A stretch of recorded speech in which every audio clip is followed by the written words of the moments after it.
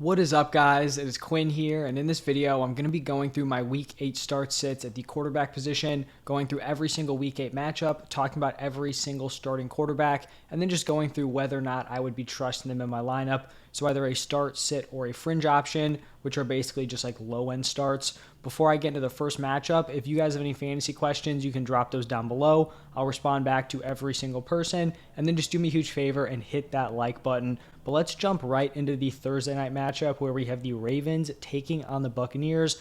Now for the Ravens, we have seen Lamar Jackson cool off a little bit, had a really hot start to the season. I still think he's someone we're firing into our lineups as a high-end QB1.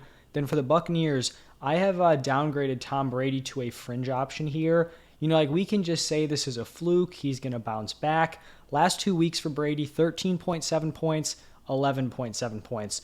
I think at this point in the season, this offense is broken. They even asked Brady in the midweek interviews if he's expecting a big turnaround this week, and he took a long pause before he answered, and it was basically just we have to execute. I don't know if you guys have seen the clips of Byron Leftwich when he's kind of talked about the EPA on their first down runs versus first down pass attempts. The dude's laughing at the reporter asking it to him when it's a totally viable question and, a big reason why their offense is struggling. So I don't think we can just, assume this is going to get better, especially on a short week against the Ravens.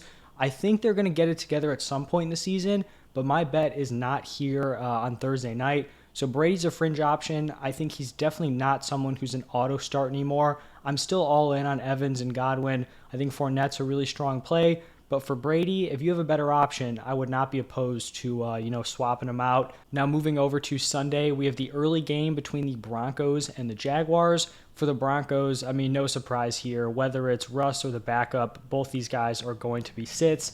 Then for the Jaguars, I think in a normal matchup or even a plus matchup, I could see an argument being made for Trevor Lawrence to be a fringe or maybe even a start option. He's put up really solid production in the last 2 weeks, 24.9, 18.7 points, averaging 16.7 points per game on the season. This is just a really, really tough matchup. For as bad as the Broncos offense has been, the defense has been pretty locked down. So I think this is a very tough matchup for Lawrence. It's probably going to be a lower scoring game, and I wouldn't be trusting him in my lineup this week.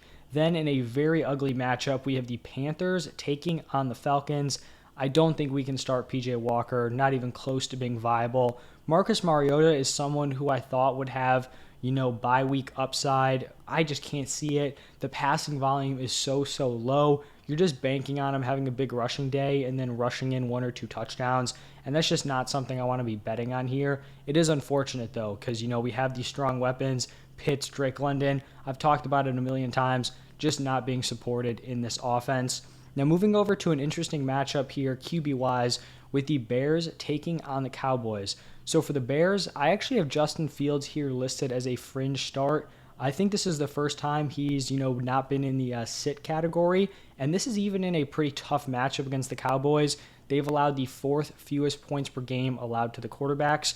But if we just look at Justin Fields' last 3 weeks, 17 points, 18.4 points, 23.4 points, and then more specifically the last 2 games, he has 26 total rush attempts, 170 total rushing yards over those last 2 weeks. I think we saw this Bears offense turn a corner against the Patriots. They were giving Fields a ton of designed runs. And even though the Cowboys defense has been pretty locked down to quarterbacks, we're not really expecting Fields to give you massive production with his arm. I feel like, a rushing quarterback is a little more, matchup proof against these tough defenses. Not saying that Fields is going to go out and have a huge passing day, but he can go out, throw for 100 yards, and still give you 80 and a touchdown on the ground, and he will still, give you solid startable production. So he is going to be a fringe start for me. On the other side, with the Cowboys, we have Dak Prescott, who had his first game back, really didn't do anything crazy. I was expecting a much bigger performance against the Lions. He's not someone I'm fading off of. I still think he's going to be a solid start.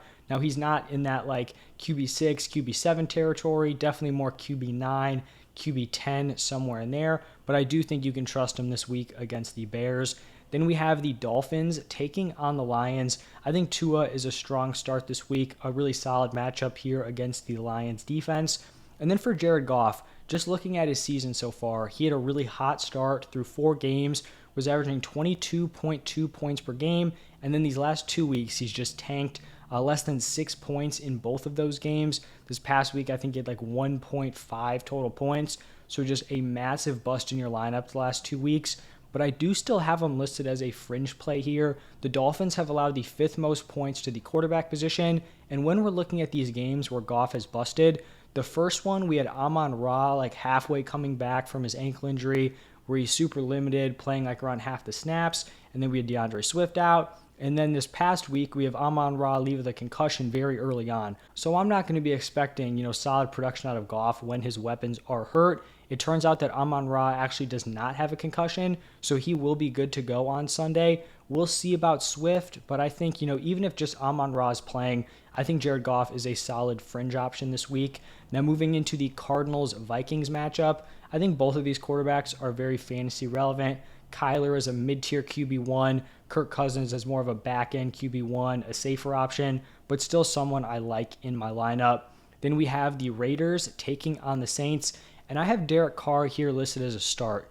Now, I will say that if Darren Waller is out again this week, I would probably bump Derek Carr down to a fringe option. I think he does kind of take a fall off without having another stud weapon in there. So if Waller is out, I'm a little more iffy on him. If Waller's in, I do think he's a solid, probably top 10 play this week. On the other side with the Saints, whether it's Andy Dalton or Jameis Winston, I'm just not going to be interested in either of those guys. Then we have a divisional matchup between the Patriots and the Jets. For the Patriots, this quarterback situation is really strange. Coming into the season, you have the guy Mac Jones, probably the best performer of the rookies last season. You think he's going to be the quarterback of the future. He misses a few games. Zappe plays well. They end up benching him on Monday Night Football. It's a tough situation. I feel like Bill Belichick just kind of created this mess where it's like if you're going to bench Mac in that spot, basically turn the entire stadium against him, you kind of got to be sure that Bailey Zappi is going to be that guy moving forward, because I just don't know how they move forward. I don't think it's been announced what quarterback they're going to roll with. He's probably going to keep it pretty close to the vest, but regardless, for fantasy purposes, we're not starting either of these guys, especially against a tough Jets defense. And then on the other side with the Jets, cannot be starting Zach Wilson. I will say they may go a little more pass heavy, rely on Wilson a little bit with Breece Hall out. But he's not someone I'm, going to be taking a shot on here in potentially a new role, especially when we don't even know if we can trust the player. We may know that we actually cannot trust him. So that's the issue there with Zach Wilson. Then we have the Steelers taking on the Eagles. For the Steelers, I think Kenny Pickett's a pretty clear sit. Hasn't exactly lit up the stat sheet, especially for fantasy purposes so far this season. For the Eagles, pretty clear start here for Jalen Hurts, a high-end QB1 rest of season. Then in a gross quarterback matchup, the Titans taking on the Texans. Ryan Tannehill is definitely a sit. And then Davis Mills is most definitely a sit for the Texans. Unfortunately for Texans fans, Mills really hasn't taken any of a jump this year in his second season as the starter. Then we have the Commanders taking on the Colts. Another really bad quarterback matchup. For the Commanders, sitting Taylor Heineke. I actually like Heineke for the weapons, Terry McLaurin, Curtis Samuel. But on his own, definitely not someone I want to be playing. And then on the other side, Sam Ehlinger is definitely going to be a sit. They're benching Matt Ryan. Not really sure what's going on here. Is this a tank situation? If there are any Colts fans out there, who have the inside scoop, is this like a full-on tank they're having? Or do they think Ehlinger is the better guy? Regardless, he's definitely going to be a sit this week. Then we have a divisional matchup between the 49ers and the Rams, and I'm listing Jimmy Garoppolo as a fringe play. He's been a solid producer the last 3 weeks, nothing crazy, 18 points, 16.9 points, 16.3, but when we're looking at these weapons, this should be CMC pretty close to, 100% of his future workload. Deebo Samuel, George Kittle, Brandon Ayuk. Even in a tough matchup, I think Jimmy G has enough around him to support him to like a QB 13, QB 14, QB 15 finish, which is where he comes into play as a fringe option. On the other side with the Rams, we cannot be starting Matthew Stafford. He has been pretty miserable to start off the season. Then we have the Giants taking on the Seahawks, and I actually think both of these quarterbacks probably coming into the season, no one thought they'd be fantasy relevant. I think here in week 8, they're both solid fringe plays.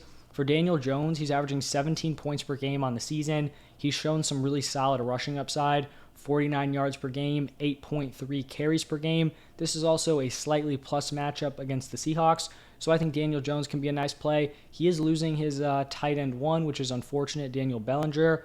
But I mean, he's been getting it done all season with lackluster weapons. On the other side, for the Seahawks, right now, Geno Smith has balled out to start off the season. He's the quarterback 7 in points per game. I'm a little more skeptical about him moving forward without DK Metcalf. I know Metcalf gets hurt, and then you have Marquise Goodwin come out, catch 2 touchdown passes.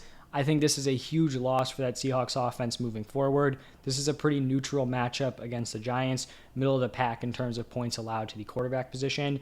So I'm not, putting Geno as my quarterback 7, quarterback 8 with the loss of Metcalf, but I still think he can slot in somewhere 11, 12, 13, somewhere in that range. And then on Sunday Night Football, we have the Packers taking on the Bills. For the Packers, Aaron Rodgers has got to be a sit, just has not been getting it done for fantasy. Kind of a tough situation, kind of similar to Brady. I guess similar in the sense that they're both playing still semi-well, and I don't think it's their specific problems, but they're just not getting it done for fantasy. Obviously, A-Rod, I think the coaching is solid around him. I just think the offense has no weapons. For Brady, the coaching is, horrible, but he has the weapons. So different in that sense. But in terms of, I think they're still both very strong quarterbacks and just underperforming fantasy-wise. On the other side with the Bills, obviously Josh Allen is being fired up as a high-end QB1, probably the QB1 overall. And then Monday Night Football, Halloween night, we have the Bengals taking on the Browns.